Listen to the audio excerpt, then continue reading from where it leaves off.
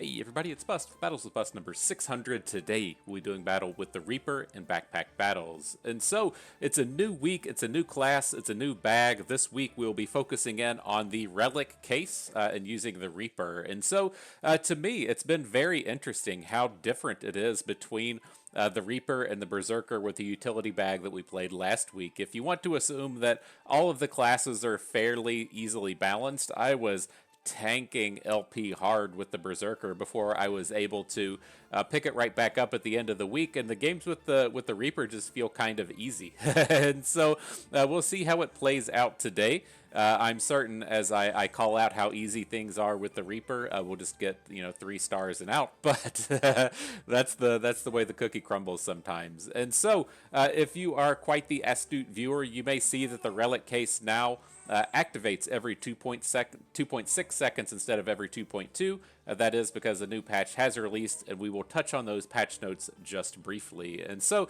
to pull them up real quick, as far as the standard items go, nothing too crazy within here. I will say amongst the early game items that I like, the broom has been nerfed and the wooden buckler has been upgraded. And so interesting changes there. The leather boots, which I was talking about quite a bit with the Berserker in the previous week, have grown a little bit in strength. It's still a fairly weak item that I feel like the only real reason to go for it is for the empowered, but that is there.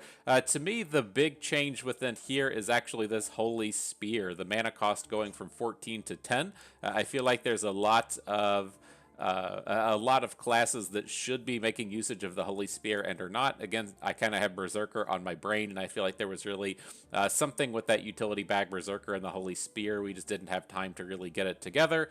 And then it's worth calling out the Prismatic Orb took a fairly big nerf this week to where the cooldown goes from 7 seconds to 8 seconds. I do expect to be building a lot of Prismatic Orbs this week with the Relic case. The Relic case, keep wanting to call it the Warlock, the Relic Case Reaper, and so we'll see if that brings itself to note. Otherwise, Pyromancer, Molten Dagger, a little bit of a nerf. Berserker, huge buff the week after we move away. That makes a lot of sense. And then the Reaper catching a fairly large nerf to the Relic Case bag the week that we're about to dive in. And so that's just how things go. And so to get you up to speed real quick with how I feel about the Relic case, it really kind of highlights one of my major concerns, if you will, with the additions of these new bags and how polarizing that can make things be. The general case scenario I like to give to explain this scenario is just, let's imagine that we make a bag that gives you 1 mana per second, right? That doesn't give you any hindrance to go towards other builds, right? You can still go for whatever melee-centric build you want and just completely ignore the mana aspect of it, but you're not really maximizing what that build is capable of doing. And that's what really kind of ties in with the Relic case to me, is it really just forces you down the path of going for melee-centric builds, which happen to be melee-centric vampiric builds, because everything within the Reaper class just does not interact with the Relic case well. If you want to look at the Reaper's wand, it only cares about healing, and so now the Reaper's main magic-based item doesn't care about one of its bags and also doesn't care about one of its subclass items, and so it's a bit of odd design there to me in that sense. But the Reaper in general, just typically not a melee-centric class. It's like very potion-centric with the Cauldron, or very food-centric with the Cauldron. There's a lot of poison themes that the Relic case just does not care about, and it's just tough to really kind of do different things with the Reaper besides just go for melee-centric builds, which all tend to focus in on using vampiric items. And so we'll see how it plays out over the course of the week. I expect that I'll try to not go for vampiric builds every single build of the week, but if we manage to get 5 or 6 videos in, I wouldn't be surprised if 3 or 4 of them all involved using vampirism. And so let's jump in, let's hit that new ranked game button, see what turns up here at the beginning. And so good stuff. I will say with the Relic case, it's not quite as aggressively stamina centric as the as the Berserker was, right? With the Berserker, I was talking about how you really want to be bringing in 3 and 4 items into the utility case. With the Relic case here, but at 2.2 seconds, you could get kind of aggressive with it. Now, I think we probably just look to ignore it with it only activating every 2.6 seconds. We should get this stamina boost 3 times before we hit fatigue, right? And that just doesn't sound nearly as exciting to me as to where you were. Or, hang on, we should hit for like 6 times, right? That's still a little bit better, but it's not as exciting as it was in the past. But nonetheless, where I was trying to go with that is I still feel fairly comfortable about going broom pan here. We're going to make a shovel at the start. I don't think we have either enough space or enough stamina to bring the broom and the pan and to use the short sword. If that's what the game lets us do here in terms of the food situation, then that's fine, right? I will bring the wooden sword in this spot if our bags are just going to be full, but I think we're okay here bringing in the banana and then also bringing in this whetstone. I'm not a huge fan of taking the whetstone and then trying to build that over into hero swords or falcon blades. It's just not something that I think works out with the Reaper in terms of working nicely with the Nocturnal Lock Lifter, the vampiric item, but we'll see how it goes. If it's just handed to us, then fine, but otherwise an on-sale whetstone in the early game is a pretty good deal. And so this is the point to where, the Reaper is kind of weak. We don't get a ton of really good bag space in terms of optimizing what we can fit in the bag, right? If you look at the opposing bag here, we both have 12 slots, but his bag is a little bit more forgiving in terms of how the items are going to go. I guess we just had a bad start, right? We could have ignored putting the pan within the main sack and then fit the onion in that way, but things do get a little bit awkward with these items at the start. But nonetheless, shovel is okay there. Let's move on. Now we have the lump of coal so we can pick up a torch. That is my preferred early game item here with the Reaper, just looking towards shovels and torches, and so happy enough to pick that up. But beyond that, I'm going to look for bags. I'm not going to pick up a wooden sword to try and build a hero sword. I just don't think that that's really a valid and viable strategy. Now here, this is kind of interesting, right? We do have this upgraded buckler making an appearance. I'm not opposed to going for it, right? It just should be, like, I don't know, some math nerd would have to tell me how much better it is now, but I was pretty happy with it in the previous patch, just preventing 4 damage on hit. Now it just has to be even better, preventing 5 damage on hit, right? It's kind of interesting that the distinction that was made in the sense of keeping the on-hit chance the same, but increasing the damage prevent, as opposed to increasing the percentage chance to block, but leaving the damage at 4, right? Because these changes do expand out to other items, right? So if you want to, say, put the wooden buckler on a Goobert, that would make a big change in that sense. But nonetheless, I'm going to take it either way here. I'm going to go ahead and sell off the whetstone so that we can purchase this and still get the onion in the bag.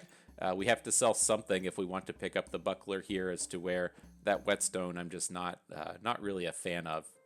Got $1 left. Let's get this on sale pocket sand as well. Okay, good stuff. What do we got here? Another Reaper. He got his torch start to where we kicked off with the shovel. Fairly similar otherwise. He does have the healing herbs. I will say that with the Reaper in this bag, I tend to take pretty much every single healing herbs that we see. If we are going to be going towards the vampiric builds the majority of the time, then I do want to be to pick up those hearts so that we can start activating things like the Hungry Blade, activate things like the Bloodthorn, because it just tends to be what we go for every single time. Now here, kind of interesting stuff. We have another on sale shovel that is turned up. It's a fairly good deal, right? I mean, these things sell for 4. If you keep it in your bag for 1 round, it tends to pay for itself with the shell.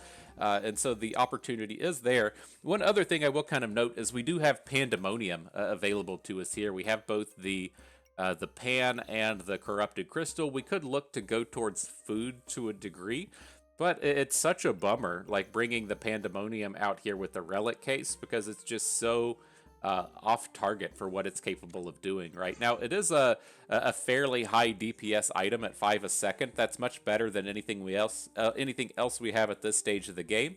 But I'm not a huge fan of going towards food builds. I just don't think that they're particularly strong, especially when you think down the road of what you're trying to do with a food build with the Reaper going towards the Cauldron.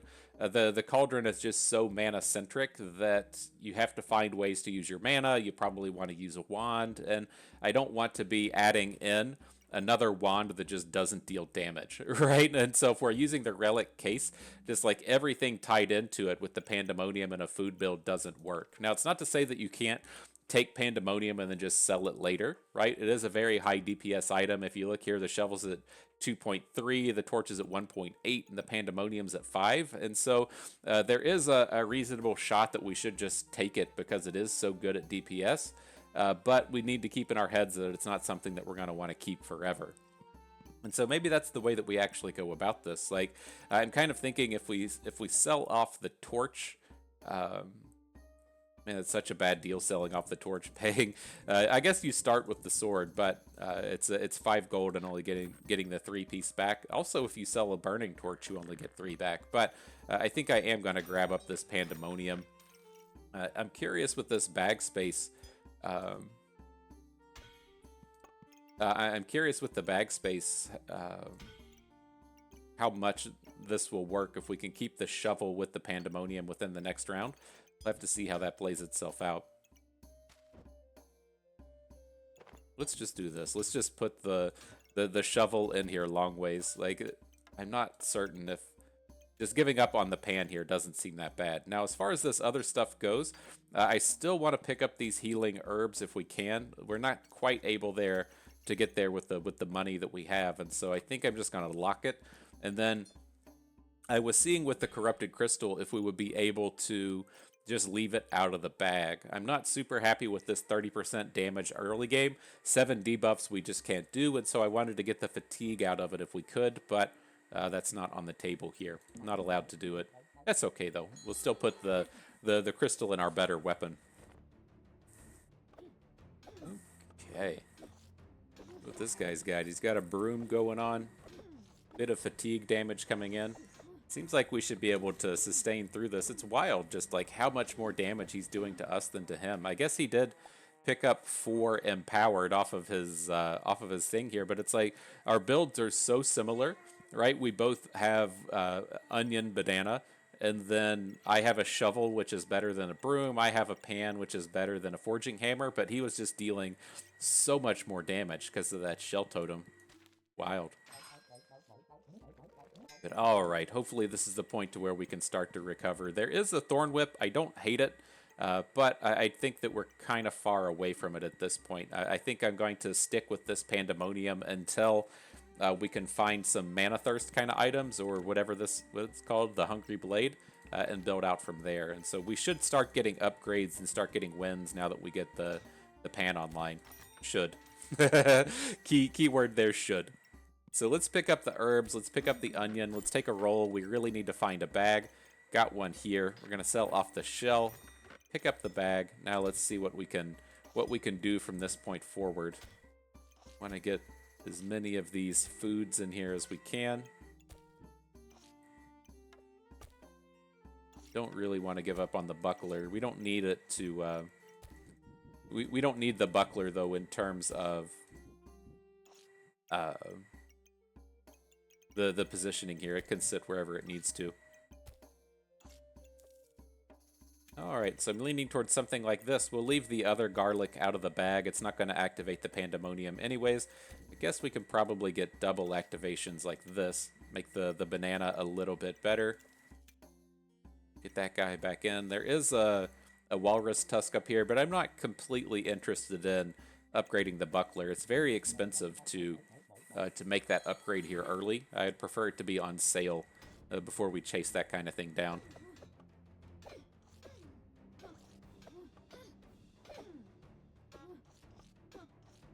Alright, out damage in the Goobert. Look at us, look at that. We did it. We made it through the round. Good stuff for us. And oh boy, an on sale death scythe. I was going on and on and on about how we're just going to be going for vampiric builds all week, but I guess with this guy turning up, we're in. It's just happening at this point. Now, one of the things I'm kind of curious about is what the stamina looks like at this case. It goes up to high. It's not super high. It's just at 1.9 per second. So I think we can probably keep all three items in here if we want. I still want to roll and see if we turn up another bag. Another 4 slaughter. That's perfect. So let's pick that up.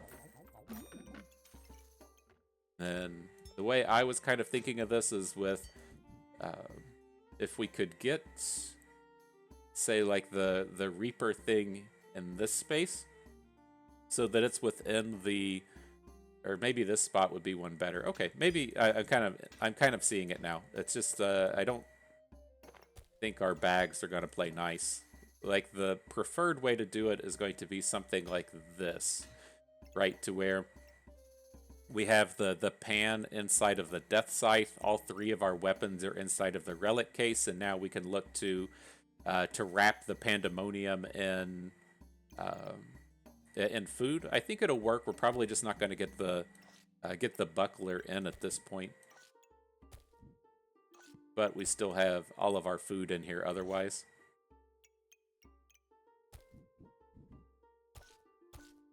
Kind of want the double activations on the banana since we are pushing up into high stamina, but we miss out on some of the activations on the pandemonium, which I think is probably a little bit more important, right? In the kind of grand scheme of things, the way that we're dealing damage here is just with the food activations and not off of the attacks from the pandemonium, and so perhaps this is okay. All right, what's the friend got here? Got some bows and hammers and stuff. All right, so not bad. We made it through that whole round. We had one activation to where our stamina didn't pop off. And so I was going to say, if we get one more banana, I think we should be okay with that. So I'm going to pick up the banana. I'm going to start giving up on these healing herbs. Again, like if we're going to be, I guess, I guess if we're pushing towards poison this game, then that's just not really on the table anymore. And so let's get that out of the way. Definitely happy to find another bag. Now, we do have to start thinking about what subclass we're going to go for, right? Again, I don't like going towards mana. And the food mana one is going to be the Cauldron. We're not super interested in that. So the next subclass poison-based item we will be looking for is probably the Snake, right? You get the... just every so often you get the on-hit poison, and then it also helps protect your poisons from getting cleansed. I'm usually pretty okay with the Snake, but there is also the option to take the Cursed Dagger. It's not as nearly on theme, but it does give the random debuffs on hit, which is generally, there's only like 3 debuffs, right? There's Blind, there's Poison, and then there's Frostbite, and so it's a 2 out of 3 chance of hitting poison anyways, but it also gives the crit, and it also protects the debuffs from coming off. And so there is, right, it has 1% critical chance per debuff on your opponent. That's my bad, but there is a little bit of interest there. But nonetheless, whereas going with this, we're probably going to be picking up the Snake. There is a Goobert down here, which doesn't play spectacularly with the Snake, but the opportunity to start picking up other pets is here. I think we're going to skip past it. I think this is probably about the point to where we look to sell off the shovel as well. Like the thing I wanted to call out and wanted to say with that, with the, what are you called? The Cursed Dagger, is it is a dark item. And so we have the Dark Dagger, the Death Scythe, and then the Pandemonium, all dark items. We could look to actually come out towards these corrupted armor style of builds, but I think that's probably a bit much. I wanted to specifically call it out because we have access to a corrupted crystal right now, which we should probably go for. I mean, I could still envision us setting up our build to where the pan is here, right? So that the pan and the Death Scythe line up. However this needs to go. Oh, are they... Are they lined up as is? That's kind of convenient. But I was going to say, we could then, where the buckler is flashing on the screen, put um, a dark armor and then get a lot of the activations out of it that way. And so a lot of potential for the things that we could do there. But nonetheless, let's focus in on this build. I'm going to move the shovel just so that we can get our bags to fit together a little bit better here. I want to be in a space a little bit more like this. I want to get as many activations on this pandemonium as we can.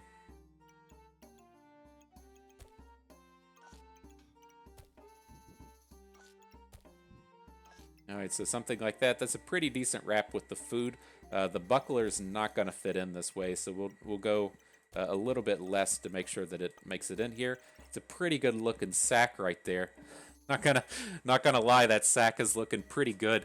And then we can just, I guess, reserve the crystal. I think we want it. I know we passed up on a holy armor a little bit earlier, but we'll find a home for this thing. I think there's a good chance that we focus in a little bit on these dark skills. Curious how the stamina plays out. It's like now that we get the second banana, I'm pretty certain that we could fit another dark item in, but it's not going to be easy for us to fit in like a dark saber. It's interesting though, like with the stamina reduction, if we would be able to do it.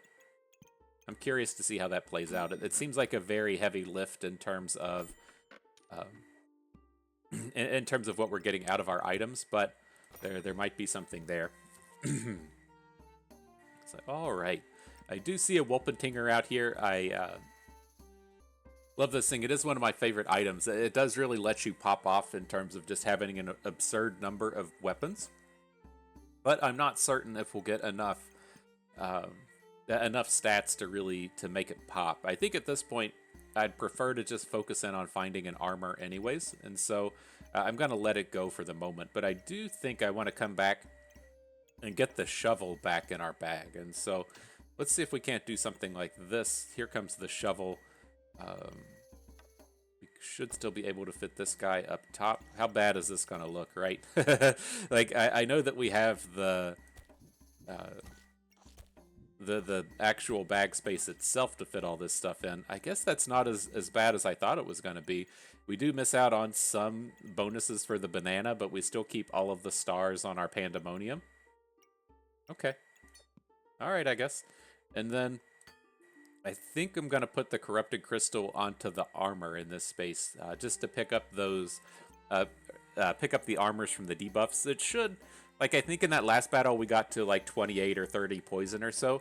That should give us about 25 armor off of this crystal. And so I think that's good enough for the moment. Let's jump in. Fuck them up. All right. As we take our armors up against a spear. A bit of a bummer seeing that happen for the round, but it seems like we're handling it pretty okay.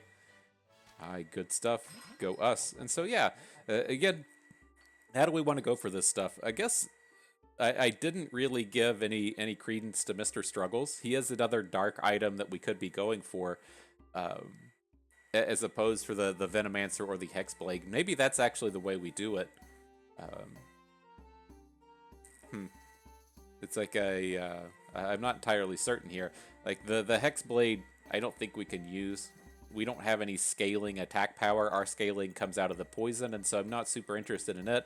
The Venomancer is probably the premier way to go about poison, but you really need the pets to make this pop off. You need those pets on board to get the health bonuses out of this thing, which is the most important thing in my opinion. And you really want that one hex pet, and it's just so expensive, and it's kind of mana centric. Like, I don't think it's going to work. I actually am just going to go for the witch here. I think like this is, you know, probably the biggest decision we'll be making in this battle, and I'm not entirely certain how I feel about it, but it is our first Reaper video of the week. And then I will say you could consider pivoting at this point, right? If you did have the makings of the vampire builds, it's probably just the time to do it.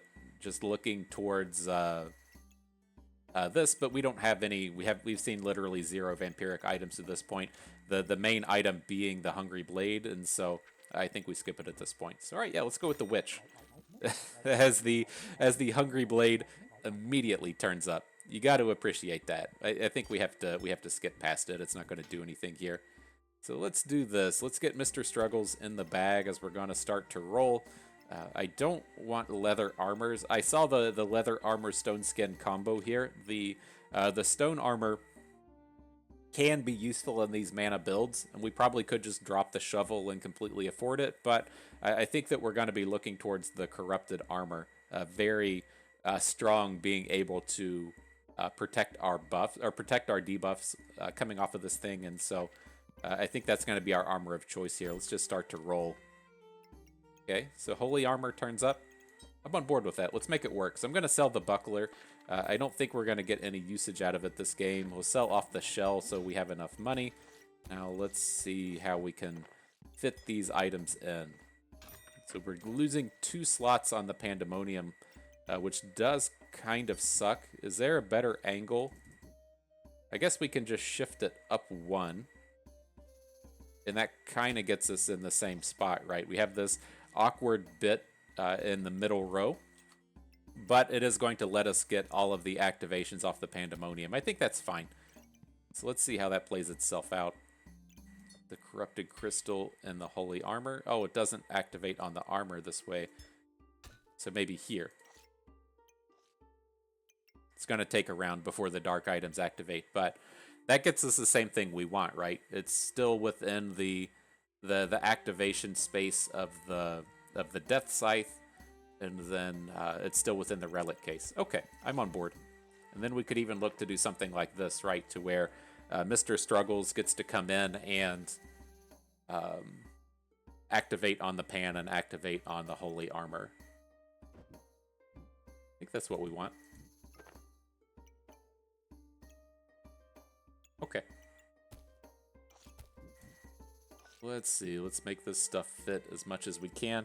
Need to get like something up top here.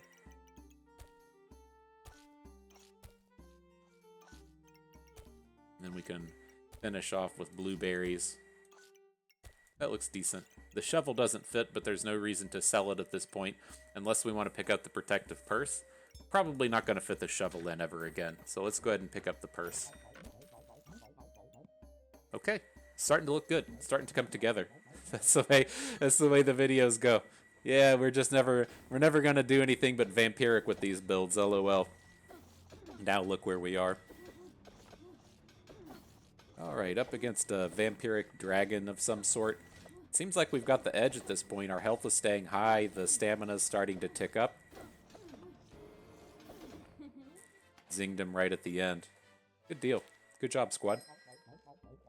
Okay, let's see what starts to turn up here. Which one's the giraffe? I think I'm typically not a huge fan of the giraffe, especially as we don't have any clovers at this point. We could certainly find it, like if it's a little bit later in the game, when you're just stacking every dark unit that you can find, then great. You know, you can fit in at that point. I don't think it's gonna work in our case here at this exact moment. So let's skip it. Definitely want the 2-slot bag. Definitely want this glowing crown as well. Always happy to have one of these in our build. We should be getting to 10 mana at some point to get this activation. Now, there is a lightsaber in here. What's the stamina cost? It's at 1.2. And we're currently at 1.2. So it would take us to 2.4. We probably just can't afford this, like stamina-wise. We'll leave that out. Kind of a bummer.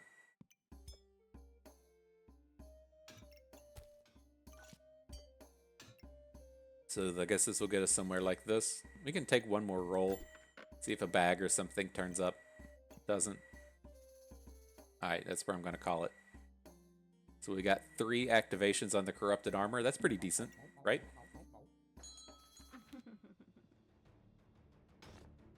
What do we got here? Poison Ranger. It's weird. He's directly hitting our health with that giant blue gem and his Pandemonium. I was like, why the fuck isn't our armor shredding? It was like, oh, I guess that makes sense. Yeah, I got him taken down. Now here is one of the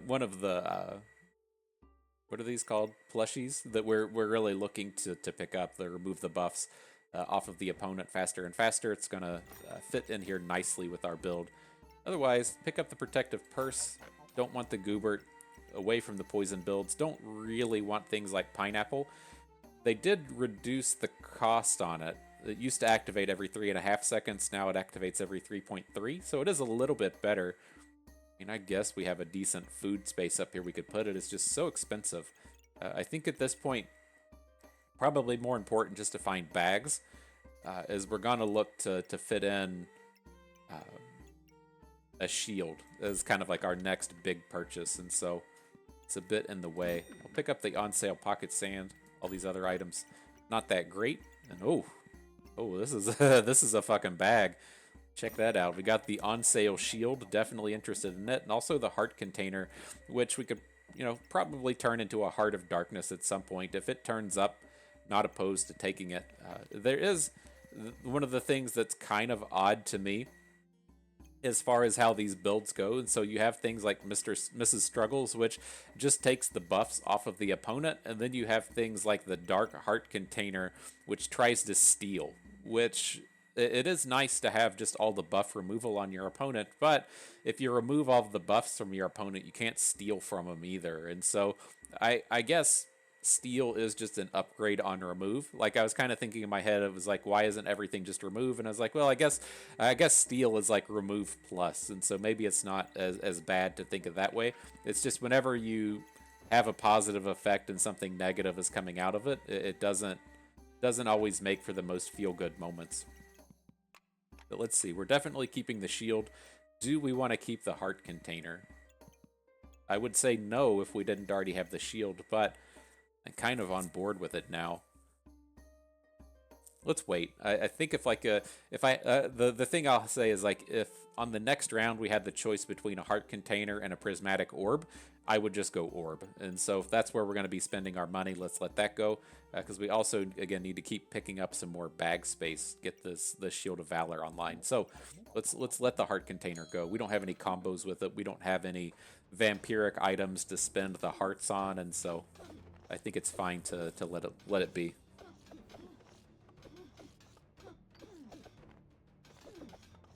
Alright, seems like we're not going to drain this one down fast enough. Sad day for us. Couldn't steal those Vampirics fast enough, but definitely feel a lot better with the Shield of Valor turning up.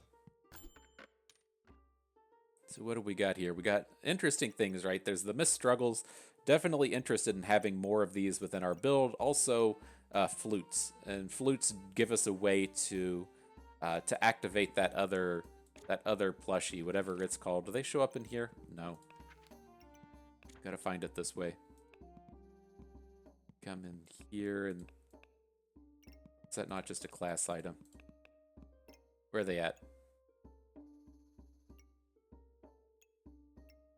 Mr. Struggles is the main one. The giraffe, right, is to where you can spend a clover to gain 3 buffs. I'd like to be able to activate this. It's just as we're not maxing out on stamina, we're only kind of using 2 of the 3 modes of the flute. So maybe it's kind of interesting. I'm just having a hard time selling myself on it. Alright, but we can do something like this. Guess we just weren't activating the pan as well as we could. It's a little bit better here.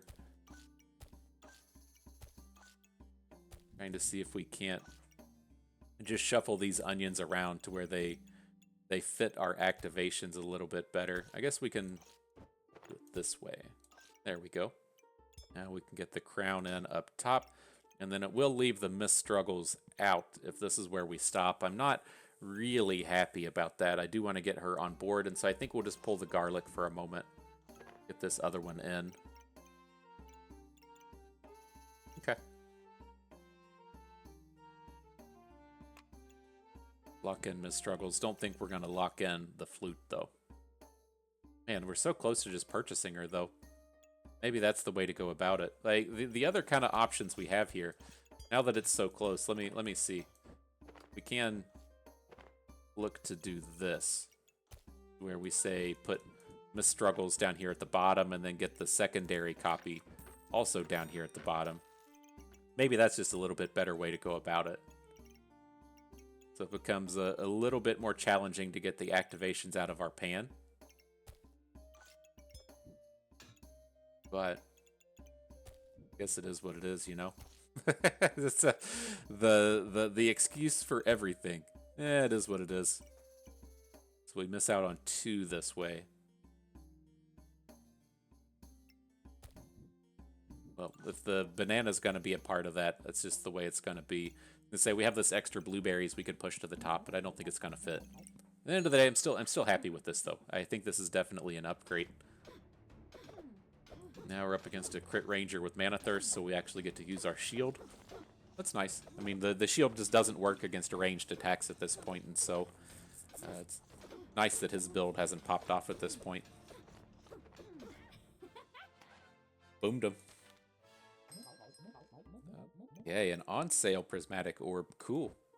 Definitely glad to add that in. We'll have to see like what location we can make this work, but we should be able to get the majority of the stars off of it. Take a roll. Can't use the Hungry Blade. I am interested in the oil lamp. How close are we? We can probably just... Let's see. I'm looking like we can still fit it up here where the blueberries are with the Death Scythe, get it activating on the Scythe. I think I'm on board with that. So we're getting to this point to where I guess what we... It's tough for me to figure out with these, because it feels like the thing that we need to be doing is selling off, right? We're just like slowly pushing away all of our food. We need to get rid of this pandemonium, and we need to add in a Death Scythe. I think that's where the main thing lies with this. That's where the build needs to go. But it sucks so much, like just missing out on all of the debuffs, right? As we look to just push a bunch of poison, you have to come up with a way to like switch over to something else. And like the switch, I guess, needs to be over to the Darksaber. But it's so tough to like activate and get all of the debuffs up and running on this thing if we're not activating all of the poisons. And so I don't know the answer. I don't know the best way to go about it. But it is one of the real pain points with one of these style of builds. But here, I think this is fine. This is... Let's see if one hex over looks any better. We've got 4 activations on the orb here. Shit. There we go. Got 4 here. It's like moving it to this hex is going to eventually open things up a little better. We should be able to do a space like this. We can look to put the blueberries down here around the prismatic orb, but I think that's not gonna be relevant for a long time. Let's see. Let's get our friends back up here around the pandemonium.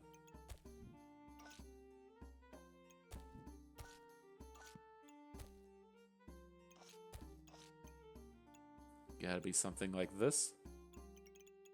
We're out of the activators, only got the 4 food. Alright, fine. It's kind of is what it is. And then I'm gonna lock in the corrupted crystal. If we're gonna make more dark items, we have to have it. So,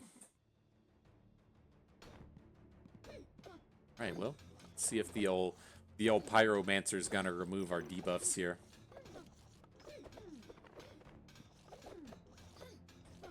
Seems like we're grinding them down, not able to take the poisons away fast enough. And then I did watch this round. Our stamina pretty consistently stayed over 4, and so I think if a Darksaber turns up, we can just fit it in. I don't think it's going to be an issue in terms of our stamina, so we'll keep that in mind as well. But here, definitely want the bag. The Corrupted Crystal's kind of tough at this point because we don't have anything to load it into, and it kind of sucks when you can't. But I think we'll go ahead and pick it up. Cap of Resilience turns up. That's a fine target. We'll get that added in. There is the on-sale Pestilence Flask. I think it's a little overkill. We don't have any combos for it, so I don't particularly want that.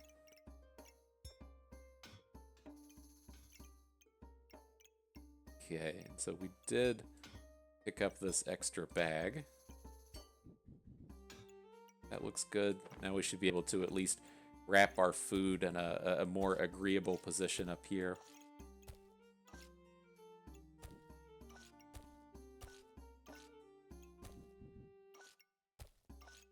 All right, so we've only got 5 food, right? 1, 2, 3, 4, 5. 5 stars on the pan. That's going to have to be fine. With the crystal, I think we probably want to end an armor again. We are still gaining the debuffs and stuff out here. Okay, I'm on board. Got the lock on the cap. Start that battle. A lot of... Oh, yeah, I was going to say, a lot of debuff cleansing coming out of the carrots.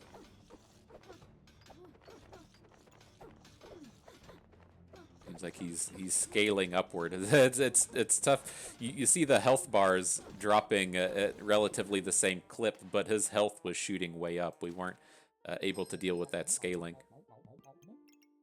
All right, we got a cap. Good deal. Fanny pack, sure. Still can't really use the misfortune, but is it just good enough anyways? This is where it's kind of a bummer in the sense that we should probably get to the survival round and quit. I don't feel like this is really a take it to the end kind of build. And so I guess we are getting some kind of quick activations here in the sense of it helps the corrupted armor. It's going to help with the mist struggles a little bit. Could probably even make it work with the corrupted orb out here, but we can't make it work with the orb and the corrupted or the prismatic orb and the armor. So we'll let that sit. Bring in our cap of resilience. Definitely look to get that upgraded. All right, let's see if the next round fares us any better.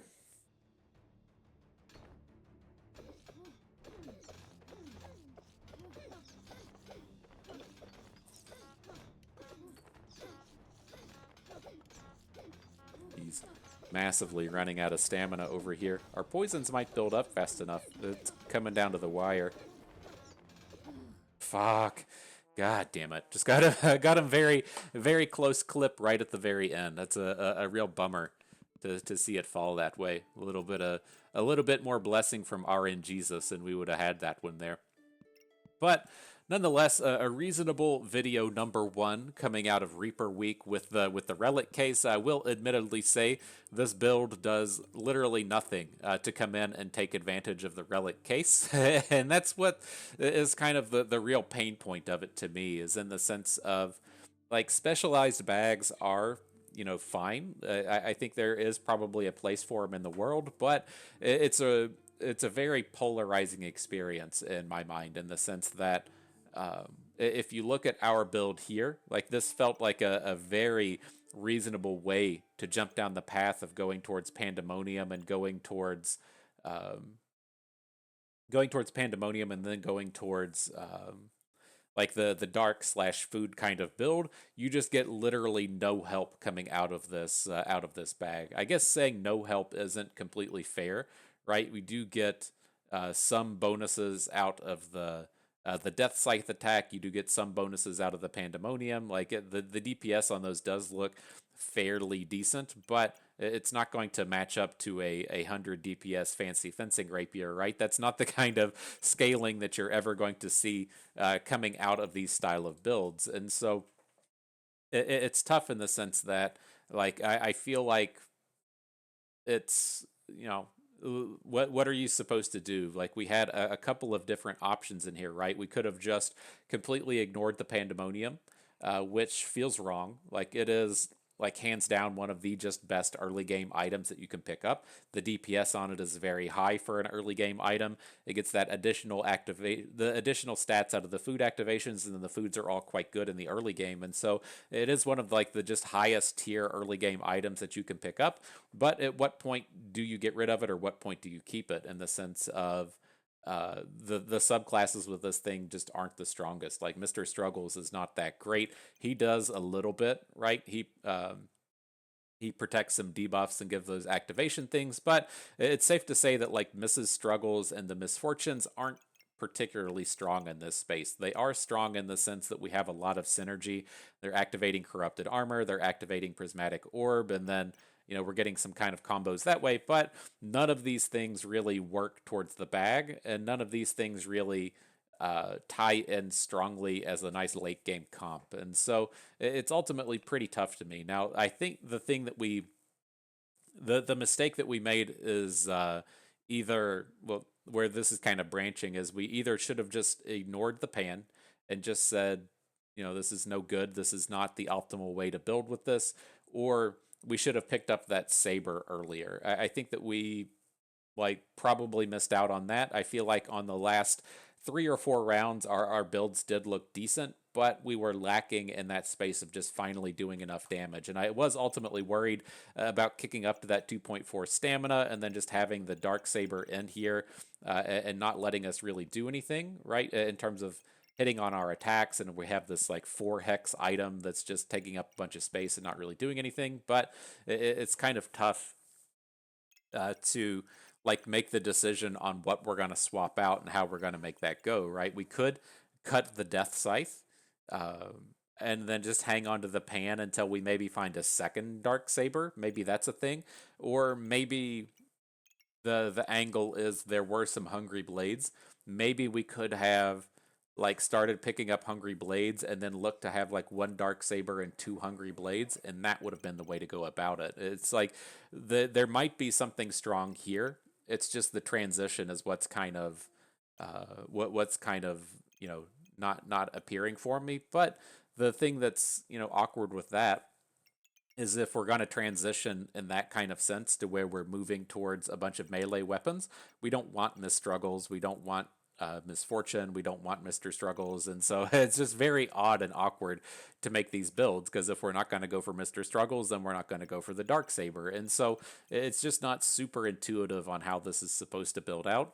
Maybe if we play the Reaper a bit more this week, it'll make a bit more sense, but at the end of the day, I think this at least kind of showcases some of the awkwardness with the Relic case. Is we basically just have to ignore it because we fell into a comp that can't take advantage of it. And it's not to say that it doesn't get some bonuses, right?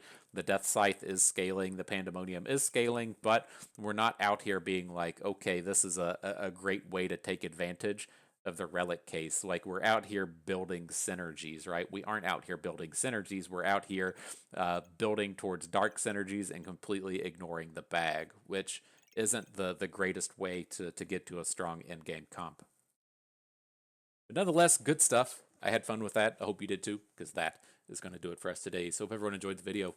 Hope you maybe learned a thing or two along the way, and you had a good time watching. This is Bustin' Weed. Thank you for being here.